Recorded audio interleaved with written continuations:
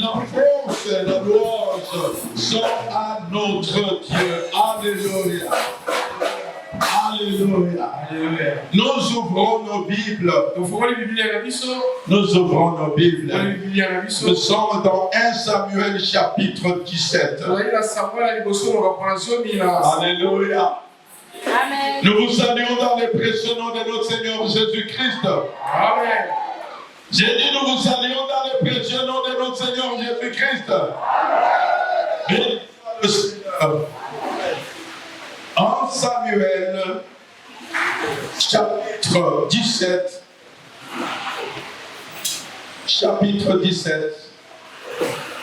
C'est un long texte. Pendant que j'étais en train de préparer les enseignements, l'Esprit m'a mis à cœur que nous puissions le lire. Et que nous puissions puiser dans cette carrière où il y a des pierres précieuses qui vont nous aider à remporter notre victoire sur l'ennemi. Alléluia. Alléluia. Alléluia. Amen. Nous allons les lire entièrement. 1 Samuel chapitre 17. Je vois des gens qui ne sont pas habitués à la lecture se disent Emoulaï Boye. Ceux qui ont beaucoup aimé le baptême. Et vous avez le ensemble des Catholiques. Nous sommes au verset 1er de Samuel chapitre 17. Les Philistins se réunirent leurs armées pour faire la guerre et ils se rassemblèrent à Soko qui appartient à Juda. Ils campèrent entre Soko et Azeka à Éphèse d'habillement. Saoul et les hommes d'Israël se rassemblèrent aussi. Ils campèrent dans la vallée des Térébentes et ils se mirent en ordre de bataille contre les Philistins. Les Philistins étaient vers la montagne d'un côté et Israël vers la montagne de l'autre côté. La vallée les séparait. Un homme sortit du camp des Philistins et avança entre les deux armées. Il se nommait Goliath et il était de Gath et il avait une état de 6 coudées et un éperon. Sur sa tête était un casque d'or et il portait une cuirasse à écailles du poids de 5000 cycles d'or. Il avait aux jambes une armure d'airain et un javelot d'airain entre les épaules. Le bois de son lance était comme un souple de tisserand et la lance pesait 600 cycles de fer. Celui qui portait son bouclier marchait devant lui. Le Philistin s'arrêta et s'adressant aux troupes d'Israël rangées en bataille, il leur cria: pourquoi sortez-vous pour vous ranger en bataille? Ne suis-je pas le Philistin et n'êtes-vous pas des esclaves de Saoul? Choisissez un homme qui descend contre moi. S'il peut me battre et qu'il me tue, nous vous serons assujettis. Mais si je l'emporte sur lui et que je le tue, vous serez assujettis et vous nous servirez. Le Philistin dit encore: je jette en ce jour un défi à l'armée d'Israël. Donnez-moi un homme et nous nous battrons ensemble.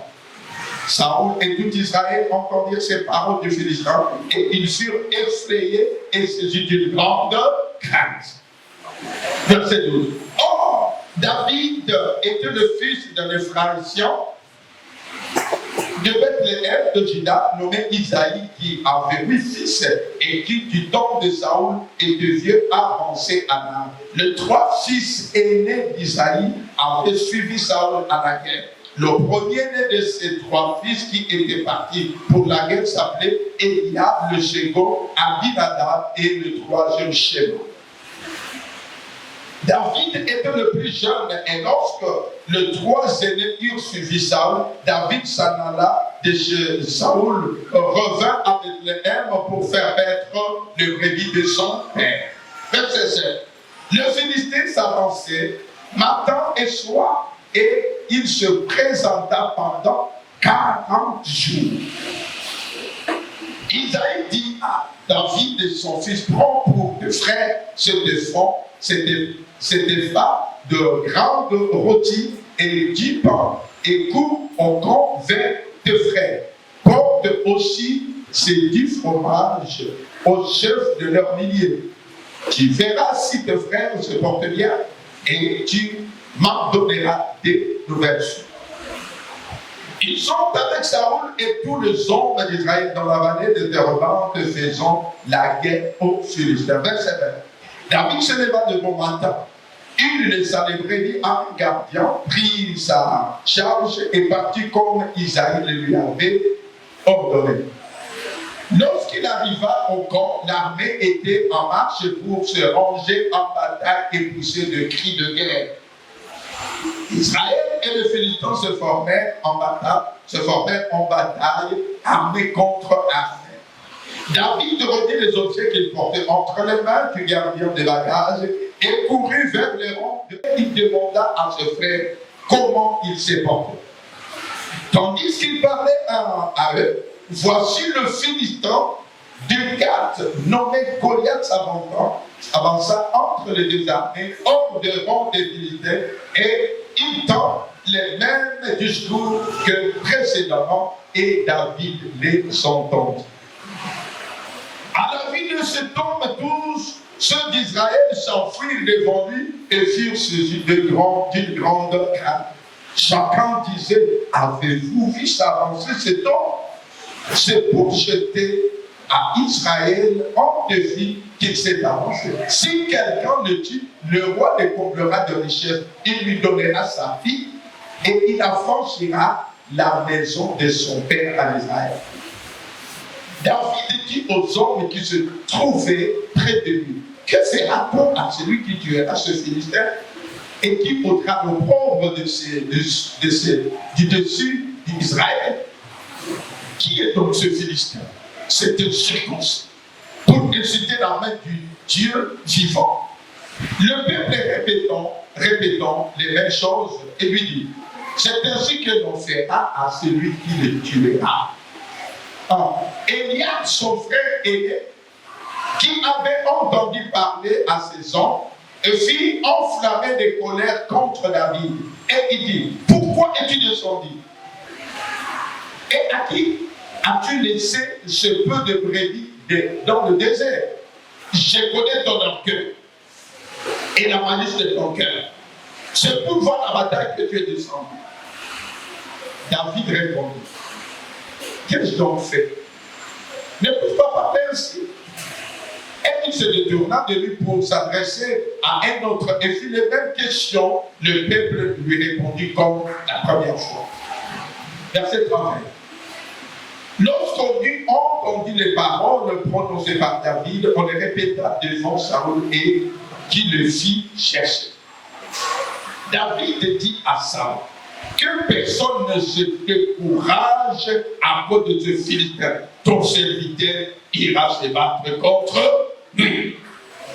Saül dit à David, tu ne peux pas aller te battre avec ce Philistin, car tu es un enfant. Et il est un homme de guerre dès sa jeunesse. David dit à Saül, ton serviteur faisait paître les brebis de son père. Et quand un lion ou un ours se traînait, en enlevait une du troupeau, je courais après lui, je le frappais, j'ai arraché la brebis de sa gueule. S'il s'est dressé contre moi, je le saisissais par la gorge, je le frappais et je le tuais. C'est ainsi que ton serviteur a terrassé les lions et l'ours et il en serra du Philistin. C'est de cette incirconcis comme de l'un d'eux, car il a insulté l'armée du Dieu vivant. David dit encore, l'Éternel qui m'a délivré de la griffe du lion et des pattes de l'ours, mais délivrera aussi de la main de ce Philistin. Et Saoul dit à David, va, et que l'Éternel soit avec toi. Saoul fit mettre ses vêtements à David et il plaça sur sa tête en casque d'or et le revêtit d'une cuirasse. David saignit l'épée de Saoul par-dessus ses armes. Il voulut marcher car il n'avait pas encore essayé, mais il dit à Saoul, je ne puis marcher avec cette armure, je ne suis pas accoutumé, et il s'en débarrassa. Verset 40. Il prit en main son bâton, choisit dans les torrents 5 pierres polies, et il les mit dans sa gibecière de berger et dans sa poche. Il s'affronte à la main, il s'avança contre le Philistin. Verset 49. Le Philistin s'approcha peu à peu de David, et l'homme qui portait son bouclier marchait devant. Le Philistin regarda, et lorsqu'il aperçut David, il le méprisant, ne voyant en lui qu'un enfant blond et d'une belle figure. Le Philistin dit à David, suis-je ancien pour que tu viennes à moi avec un des bâtons? Et après l'avoir maudit par celui, il ajouta, viens vers moi, je donnerai ta chair aux oiseaux du ciel et aux bêtes de champ. David dit aux Philistins, tu marches contre moi avec l'épée, la lance et le javelot, et moi je marche contre toi par le nom de l'Éternel des armées, du Dieu de l'armée d'Israël que tu as insulté. Aujourd'hui, l'Éternel te livrera entre mes mains. Je t'abattrai, je te couperai la tête. Aujourd'hui, je donnerai le cadavre du champ de Philistins aux oiseaux du ciel et aux animaux de la terre. Et toute la terre saura qu'Israël a un Dieu. Et toute cette multitude saura que ce n'est ni par l'épée, ni par la lance que l'Éternel sort, car la victoire appartient à l'Éternel. Et il vous livre entre nos mains. Aussitôt le Philistin se mit en mouvement pour marcher au-devant de David. David courut sur le champ de bataille à la rencontre du Philistin. Il mit la main dans sa gibecière, il prit une pierre et la lança avec sa force et il frappa le front, le Philistin au front, et la pierre s'enfonçant dans le front du Philistin qui tomba le visage contre terre. Verset 50. Ainsi, avec une fronde et une pierre, David fut plus fort que le Philistin. Il le terrassa et lui ôta la vie sans avoir d'épée à la main.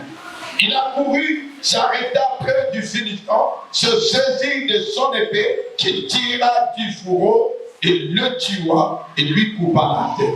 Le Philistin voyant leur héros était mort, que leur héros était mort, ils prirent la fuite. Et les hommes d'Israël et de Juda poussèrent des cris et allèrent à la poursuite des Philistins jusque dans la vallée et jusqu'aux portes des camps. Les Philistins, blessés à mort, tombèrent dans les chemins de Sharaïm jusqu'à Gath et jusqu'à Ekron. Et les enfants d'Israël revinrent de la poursuite des Philistins. Ils pillèrent leur camp. David prit la tête du Philistin et la porta à Jérusalem et il mit dans sa tente les armes du Philistin. Lorsque Saoul a vu David marcher à l'encontre du Philistin, il avait dit à Abner, chef de l'armée, dès qui ce jeune homme est-il fils? Abner répondit, aussi vrai que ton âme est vivante, au roi, je l'ignore. Informe-toi donc de qui ce jeune homme est fils, dis-le-moi. Et quand David fut de retour après avoir tué le Philistin, Abner le prit et l'amena devant Saoul. David avait à la main la tête du Philistin. Saoul lui dit, de qui es-tu fils? gênant. Et David répondit, je suis ton serviteur. Isaïe, Bethléemite. Amen. Amen. Amen. J'ai dit Amen. Amen. J'ai dit Amen. Amen. Est-ce qu'on peut acclamer pour la parole de Dieu? Dieu va te faire du bien. Alléluia. Alléluia. Il y a de vérité. Il y a des leçons. Il y a des réalités. Il y a des secrets que tu dois connaître pour affronter ton géant et remporter la victoire pour entrer dans ton héritage. Alléluia. Alléluia. Nouveau départ. Une réalité. Nous avons parlé de 10 exigences. Parce que, bien aimé, dans le nouveau départ, tu ne vas pas y aller n'importe comment pour penser que tu vas arriver. Non, non. Il y a des exigences. Mais nous avons dit aussi que dans ce nouveau départ, tu vas faire face à des géants. Tu vas faire face à des géants. Et ces géants-là ont deux missions. Soit de t'empêcher d'entrer dans ton héritage, soit de te tuer, soit de retarder l'accomplissement de ton héritage. Mais j'ai une bonne nouvelle pour toi. Celui qui marche avec Dieu, Dieu lui donne la victoire sur tous ses jours. Alléluia. Alléluia. Et à partir de mercredi, nous allons commencer à parler de quelques secrets pour affronter et vaincre les géants d'État. Alléluia. Alléluia. Alléluia. Alléluia. Israël vient de quitter l'Égypte. Il était esclave. Un nouveau départ vient de s'ouvrir. Et le nouveau départ qui s'ouvre, ils vont rencontrer des obstacles. Mon frère, ma soeur, ce n'est pas parce que Dieu t'a appelé que tu ne vas pas rencontrer des obstacles sur ton parcours. Le premier obstacle, c'est la mer. Après, ils ont pensé que c'était terminé. Ils ont rencontré d'autres obstacles. Ces autres obstacles, c'était le Jourdain. Ils ont rencontré des peuples qu'il fallait combattre. Dieu leur a dit, je vous donne Canaan. Le pays où coule le lait et le miel. Ils ont pensé qu'il faut marcher. Ils vont arriver dans un pays. Ils vont voir le lait et le miel en train de couler. Ils ne savaient pas que pour rentrer dans ce pays, il fallait se battre. Dieu n'avait pas dit qu'ils allaient se battre. Parce que Dieu lui-même était déjà avec eux. Si Dieu est déjà avec toi, tu n'as plus à craindre tes ennemis. Parce que Dieu, c'est lui qui donne la souffle de vie. Il a le contrôle sur tous tes ennemis. La vie est entre ses mains. Et la vie de tes ennemis, elle se trouve entre les mains de Dieu. Quand Dieu t'envoie, lui-même s'occupera de tes ennemis. Alléluia. Alléluia. Alléluia. Amen. Mais à un certain moment, ils doivent conquérir Jéricho. On va envoyer des espions.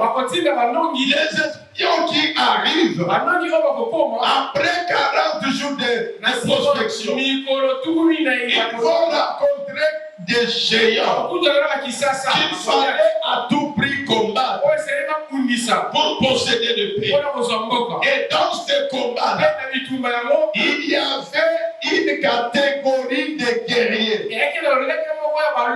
qu'on appelait le fils d'Anak. Ils étaient récollés, ils étaient géants, ils étaient forts et expérimentés. J'ai une bonne nouvelle.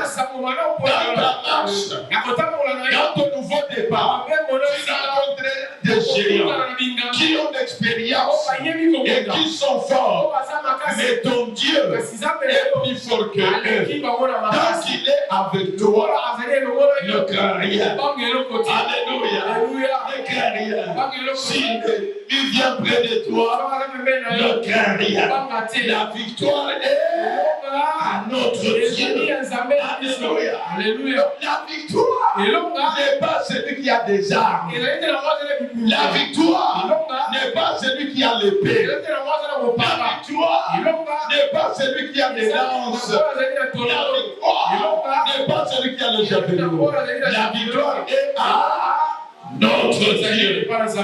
Alléluia. Quand il t'appelle, quelle que soit sa faiblesse, quelle que soit ta faiblesse, quand il te dit, tu vaincras, commence à te voir vainqueur. Puisque la victoire ne dépend pas de tes ennemis.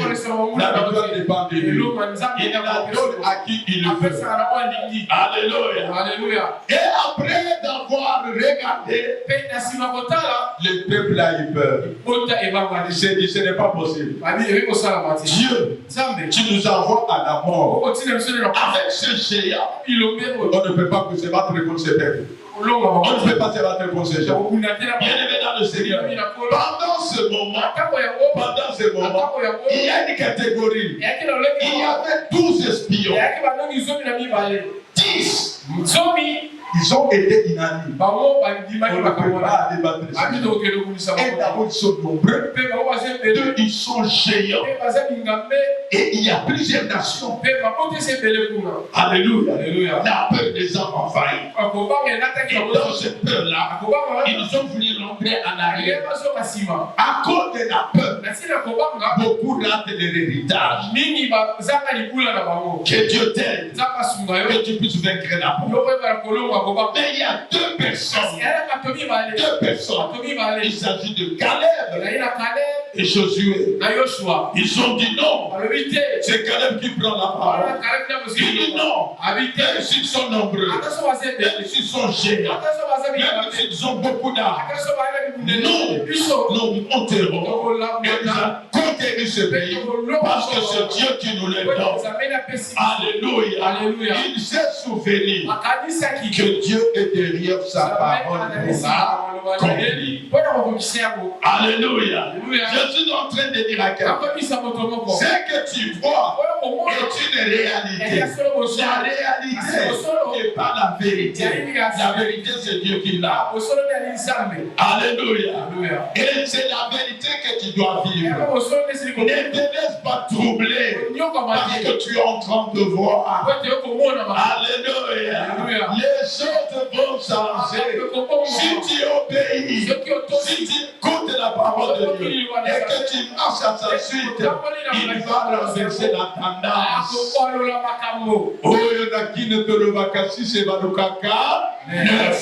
Alléluia. Si plus combien ça fait 9? Plus 3. Tu auras des additions. Alléluia. Alléluia. Et quand ils ont dit cela, ils ont encouragé les autres et ils sont partis. Alléluia. Ils ont rapporté. Quand ils ont rapporté, ils ont avancé. Mais encore un jour, il faut accomplir le combat. Le nouveau départ, c'est un départ de combat. C'est un long voyage. Dans ce voyage-là, il y a bien aimé des combats. Et tu vas rencontrer des géants. Ces géants-là ne sont pas là pour te tuer. Je suis en train de dire à quelqu'un, ces géants-là sont là pour révéler ce que Dieu a préparé pour toi. Alléluia. Ils sont là pour prouver que Dieu est avec toi. Alléluia. Et pendant qu'ils avançaient, ils ont trouvé cette fois-ci un homme appelé Goliath. Bien aimé dans le Seigneur, la Bible déclare que cet homme, il était tellement géant. Et Saoul dit qu'il était un homme de guerre depuis sa jeunesse. Quand on détache cet homme, On dit qu'il avait plus de 2 mètres. Il avait une cuirasse d'écailles. Avec ces écailles-là, même si tu pouvais envoyer une flèche, la flèche ne pouvait jamais l'atteindre. Avec cette cuirasse-là, même une épée ne peut pas le percer. Alléluia. Bien-aimé, notre Dieu, il va te donner des armes. Alinga, Kiras, te akokweya. Alléluia. Alors cet homme-là, lorsqu'on donne le poids de sa cuirasse, le poids de sa cuirasse était de 62 kilos. 62 kilos. Bien aimé, lorsqu'on te parle de sa lance pesait 7 kilos. Non, attends, je vais vérifier. Parce que là que j'ai regardé ces précisions, je me suis rendu compte que de vrai, il y avait des raisons d'avoir peur. Il y a des raisons d'avoir peur. Mais pourquoi on nous les a détaillés? Pourquoi on nous les a détaillés? C'est pour que nous comprenions qu'il n'y a pas de raison, d'avoir peur. Alléluia. Le poids de sa cuirasse, c'était 60 kilos. Alléluia. L'homme porte une cuirasse de 60 kilos. Et la pointe de sa lance, c'était 7 kilos. Et alors, quand vous regardez ce temps, tout le monde qui le regarde, il rentrait derrière. La Bible déclare pendant 40 jours, ils sont là, en train de les défier. Il est en train de défier Israël. D'un côté de la vallée, il y avait Israël. De l'autre côté, il y avait le Philistin. Ils se sont rangés en ligne de bataille. Mais pendant ce moment, ils ne s'affrontent pas directement. Ils ont vu comme un géant, une montagne qui se met au milieu. Ils quittent l'assemblée et se dressent devant le Père. Il dit aux enfants d'Israël, ne suis-je pas Goliath, le Philistin? S'il y a un homme parmi vous, qu'il vienne se battre contre vous. S'il me tue, nous serons vos esclaves. Mais si je le tue, vous serez nos esclaves. Quand les enfants d'Israël l'ont vu, la Bible déclare, ils prirent de fuite. Alléluia.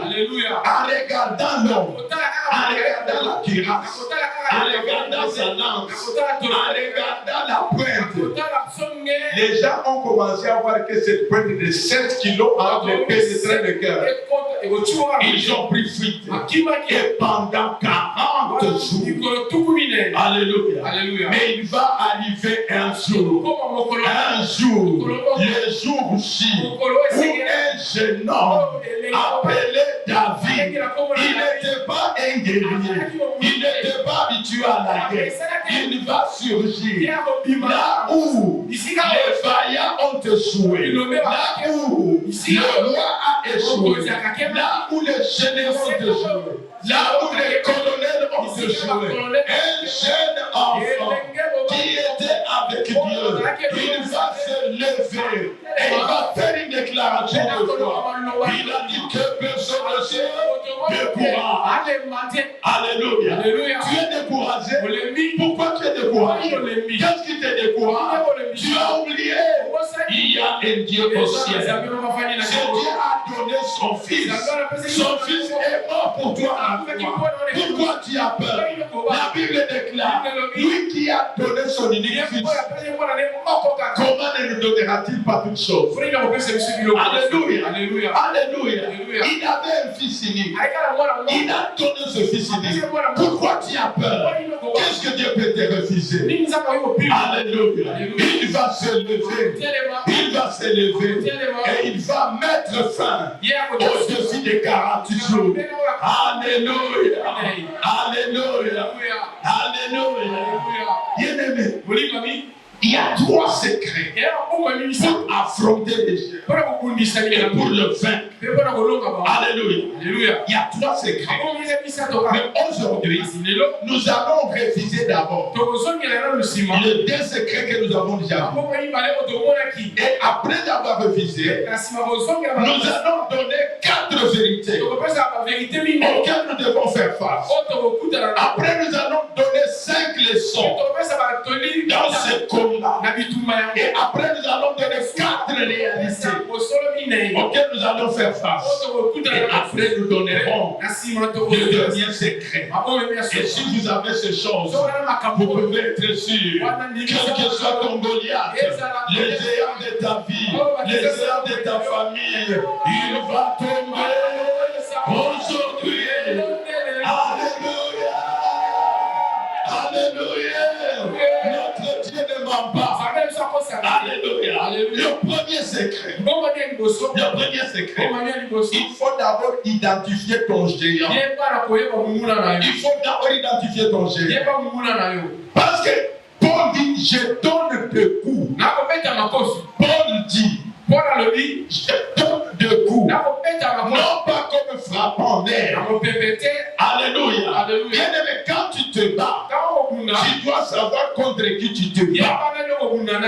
Et quand tu connais contre qui tu te bats, prépare-toi bien. Ne donne pas de coups en l'air. Identifier ton géant. Quel est le géant qui te regarde? Dans le Testament, le géant était physique. Dans le Nouveau Testament, les géants sont spirituels. Et nous avons détaillé bien. Alors, ce géant spirituel auquel tu dois faire face. Le premier géant, ce sont des problèmes persistants. Des problèmes qui persistent. Tu as fait tout. Bien aimé, les problèmes persistent. Bien aimé dans le Seigneur, c'est dans le premier géant que tu dois combattre. Je parle à quelqu'un. Quel est ce problème qui persiste? Sache que c'est un géant. La femme qui avait la perte de sang pendant 12 ans, mais pendant 12 ans, cette maladie était un géant. Bien qu'elle avait tiré 12 ans, mais en un instant, à la rencontre de Jésus, ce géant est tombé. Ma prière, c'est que ces problèmes persistants puissent prendre fin. Alléluia. Quel est le problème persistant dans ta vie? C'est ton géant. Prends-le au sérieux. Tu dois le vaincre. Deuxième géant. Ce sont des forteresses intérieures. Les forteresses intérieures. Bien aimé, ça peut être cette peur-là. La peur qui t'empêche d'affronter. Il y a des gens qui n'affrontent jamais. Ils ont une peur intérieure. Bien aimé, ceux qui réussissent sont des gens qui prennent les risques. Mais toi, tu ne prends aucun risque. Bien aimé, les affaires, c'est un risque. Le travail, c'est un risque. Combattre, c'est un risque. Celui qui ne risque rien, la Bible dit, les hommes disent, une sagesse dit que celui qui ne risque rien. Alléluia. La peur, ça peut être un péché. Un péché derrière. C'est toi-même qui le connais. Tu te bats contre ce péché. C'est un géant. Bien aimé dans le Seigneur, ce n'est pas ce géant qui a déterminé. Si tu marches avec Dieu, tu vas le faire tomber. Alléluia. 3 Troisième géant. Troisième géant. Ce sont les oppositions. Les oppositions.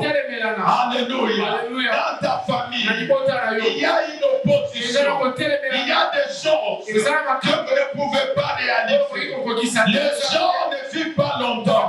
Il y a des opposants qui tuent dans la famille à cette période. On ne peut pas dépasser 40 ans. On ne peut pas dépasser 50 ans.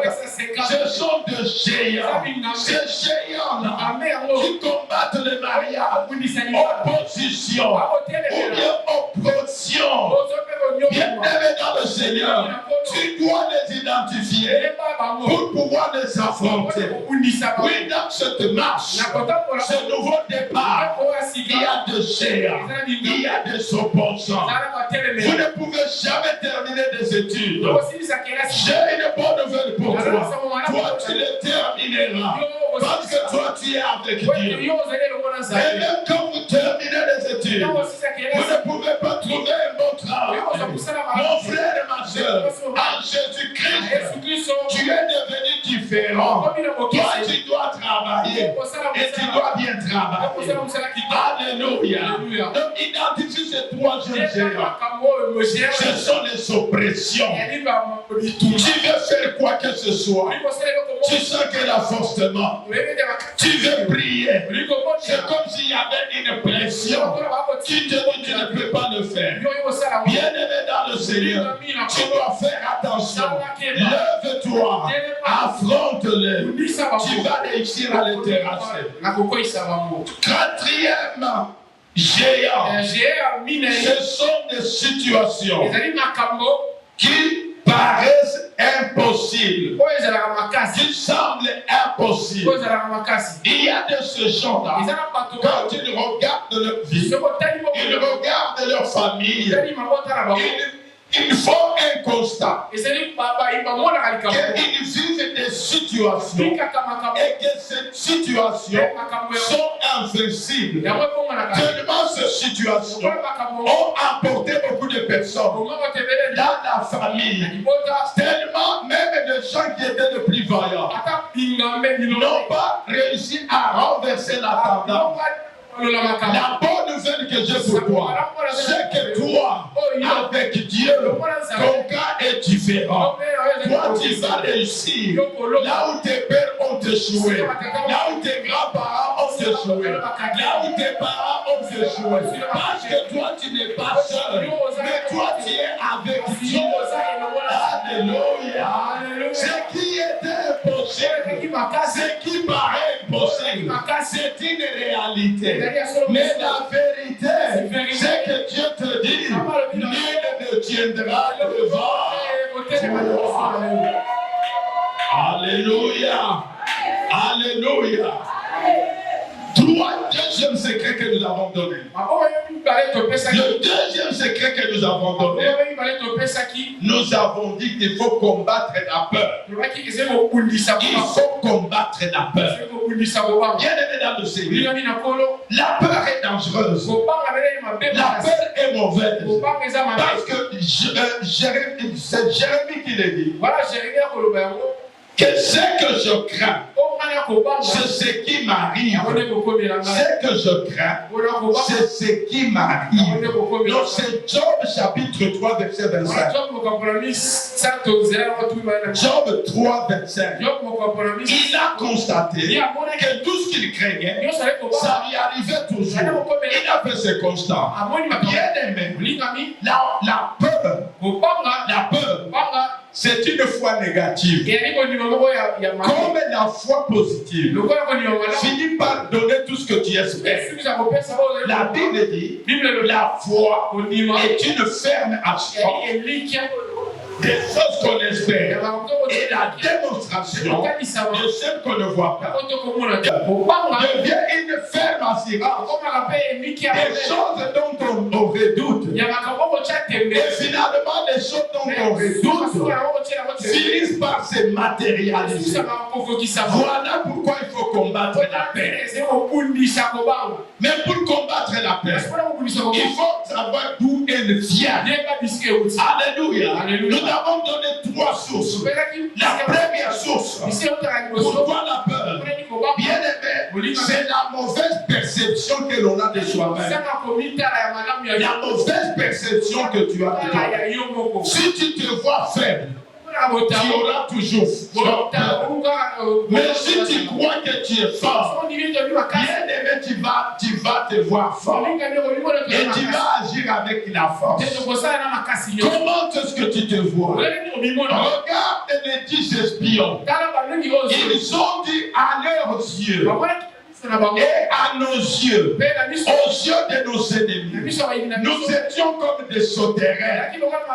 Bien aimés, ce ne sont pas des ennemis qui ont dit ça, mais eux-mêmes, ils ont regardé le géant, ils se sont regardés, ils se sont considérés comme des sauterelles.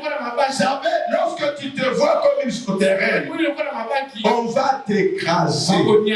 Alléluia. Alléluia. Alléluia. Alléluia. Bien aimé dans le Seigneur. Voilà pourquoi nous avons dit non, tu n'es pas une sauterelle. Malgré ta petite taille, malgré ta petite taille, parce que la Bible déclare, dans Galates chapitre 4, au verset 6, la Bible dit, nous sommes devenus fils. Et parce que nous sommes fils, l'Esprit de Dieu habite à nous. Alléluia. Alléluia. Si l'Esprit de Dieu habite en toi, alors tu n'es pas une sauterelle. On peut écraser tout, sauf Dieu. Et comme Dieu est en toi, personne ne pourra t'écraser. Comment est-ce que tu te vois? Comment est-ce que tu te vois? Tu sais, la peur peut te faire oublier ce que tu es. Alléluia. Les enfants d'Israël, à cause de la peur, ils avaient oublié qu'ils étaient avec Dieu. Quand tu as peur, tu oublies ce que Dieu t'a donné comme moyen de défense.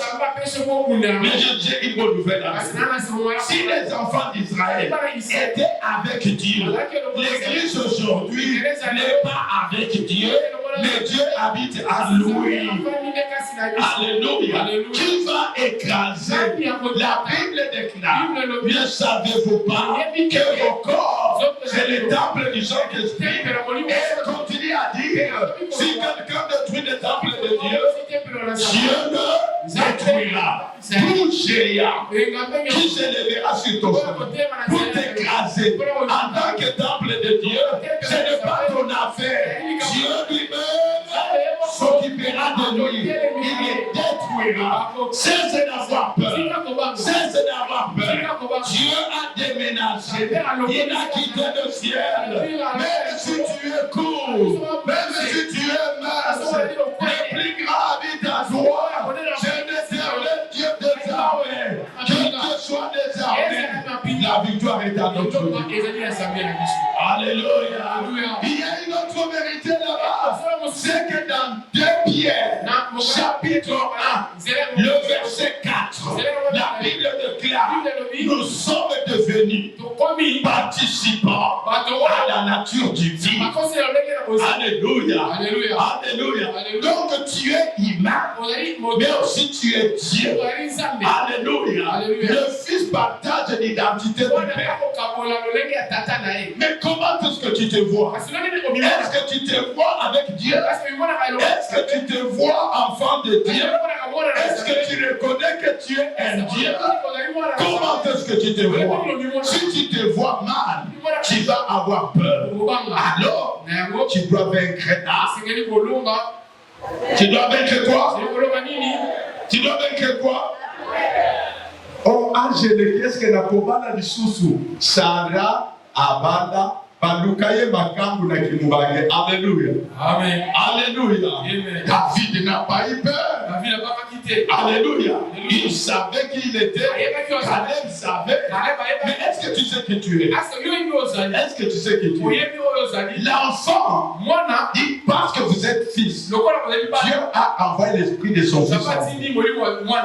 Et vous savez que le fils partage la nature de son père. Et si tu partages la nature de Dieu, donc tu es une partie Dieu et une partie humaine. Face au géant, ce n'est pas la partie humaine qui va se battre. Face au géant, c'est la partie Dieu qui va se battre. Vous n'avez pas entendu. Vous n'avez pas entendu. Vous n'avez pas entendu. Je suis en train de dire, Daniel c'est un homme avec les faiblesses d'un homme. Mais lorsqu'on le jette dans la fosse au lion, ce n'est pas l'homme qui se bat. C'est Dieu qui habite en lui qui va se lever. Alléluia. Voilà pourquoi il n'a pas peur. Non, tu n'as pas compris. Lorsqu'on prend Shadrach, Meshach et Abednego, quand on le jette dans le feu, ce n'est pas l'homme qui résiste, mais c'est Dieu qui habite en lui qui va résister face au combat, face à tes géants. Je dis, ce n'est pas toi, le combat n'est pas à toi. Comme dit tout à l'autorité, alléluia. N'aie pas peur. Tu as peur de quoi? Tu as peur de quoi? Il n'y a plus de travail. On n'engage pas. Mais il y a des gens qui sont en train de s'engager chacun. Alléluia. On ne paye pas. Mais il y a des gens qui sont en train de te payer chaque jour. N'aie pas peur. Tu connais le Dieu qui habite en toi. Il est le Dieu de la différence. Il est le Dieu de la distinction. David a dit, quand tout le monde commençait à rentrer, David a dit, vous avez peur. Vous avez peur de quoi? Il dit, moi je vais l'abattre. Alléluia. Toi tu vas l'abattre. Tu vas l'abattre. Mais tu vas vaincre la peur. Tu dois vaincre la peur. J'ai donné un exemple. Ah, ça m'avait étonné quand même. J'ai lu un documentaire. On parlait des chiens des races. Et lorsqu'on parlait des chiens là des races, bien aimé dans le Seigneur, quand on parle de ces chiens là des races, il paraît qu'il y a de bergers qu'on a croisés avec des lions. Et alors, ça donnait des chiens à moitié lion et à moitié chat. Alors, ces chiens-là, on ne les garde pas à la maison. Ce sont des chiens qu'on utilise pour garder des brebis. Alors, un seul chien, moitié lion, moitié chien, il a cet état. Et quand il s'élève, même si c'est un lion qui s'élève, ce n'est pas un chien qu'il va rencontrer. Il va rencontrer un autre lion. Alléluia. Même si c'est un léopard, il pense qu'il va bouffer des lions. Quand il s'élève, quand ce chien-là s'élève, il fait ça. Même les léopards qui l'aperçoivent, il rentre lui-même. Il peut garder là où toute une armée ne peut pas garder. C'est lui qui te garde. C'est lui qui t'habite en toi. Tu n'es pas simplement un homme. Non. Tu n'es pas seulement un homme. Combat la peur. Alléluia. Dans ce deuxième secret, dans les combats contre la peur, qu'est-ce qu'il va te dire? Bien aimé, souviens-toi des promesses que Dieu t'a données. Alléluia. Les promesses de Dieu. La Bible déclare que Dieu est derrière sa parole pour l'accomplir. Je suis en train de dire à quelqu'un, quand Dieu t'a donné une promesse, même quand elle n'est pas encore accomplie, quels que soient les géants que tu vois, ces géants là ne peuvent pas te tuer parce que la promesse ne s'est pas encore accomplie. La promesse, elle te protège quand tu avances, que tu rencontres Goliath, que tu rencontres Zidanac, tiens bon. La promesse que Dieu t'a donnée, elle te gardera parce que Dieu fait sur sa parole, elle s'accomplira. Dans le futur, ça dit tu vas traverser tes ennemis. Alléluia. Alléluia. Bien-aimés dans le Seigneur, les enfants de Dieu, ils font honte aujourd'hui. Ils ont peur de prendre des risques. Dieu leur a donné des promesses, mais ils ne savent pas avancer. Mon frère, dans la nouvelle, disons dans cette marche, dans ce nouveau départ, il y a des risques que tu dois prendre. Il y a des choses qui vont te faire peur. Mais ne crains pas. Avance seulement. Quand tu vas arriver, même s'il n'y a pas de portes, Dieu s'organisera. Dieu ouvre les portes là où il n'y a pas de portes. Ne l'a-t-il pas fait à la mer Rouge? Alléluia. Ne l'a-t-il pas fait à la mer Rouge? Ne l'a-t-il pas fait au Jourdain? Ne l'a-t-il pas fait pour David? Pourquoi tu as peur? Tu sais pourquoi tu as peur? Parce que tu ne connais pas ton Dieu. Alléluia. Souviens-toi des promesses de Dieu. Alléluia. Quand tu oublies les promesses de Dieu, tu vas avoir peur. Mais si tu reconnais les promesses de Dieu, rien ne te fera peur. Vous savez ce qui me rassure? Que je ne peux pas mourir aujourd'hui. Même si tous les sorciers de ces quartiers s'élevaient, même si tous les esprits des eaux s'élevaient, même si tous les esprits du chrétien s'élevaient pour me combattre moi, même s'ils m'entourent, je n'aurai pas peur. Vous savez pourquoi? Il y a une promesse que Dieu m'a donnée, une grande promesse, et ne s'est pas encore accomplie. Oh, Dieu ne ment pas. Je ne mourrai pas. Je suis en train de te dire ce que Dieu t'a dit là-bas. Ce que Dieu t'a dit là-bas. Tu ne mourras pas avant de l'avoir fait. Même si les géants se dressent, même s'ils se dressent,